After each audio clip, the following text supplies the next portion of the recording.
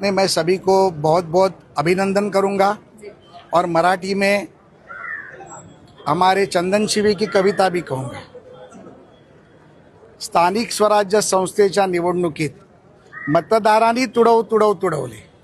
स्थानिक स्वराज्य संस्थेच्या निवडणुकीत मतदारांनी तुडवले, पण आमचा कांबळे म्हणजे महाविकास आघाडी ना रडला, फक्त कणला।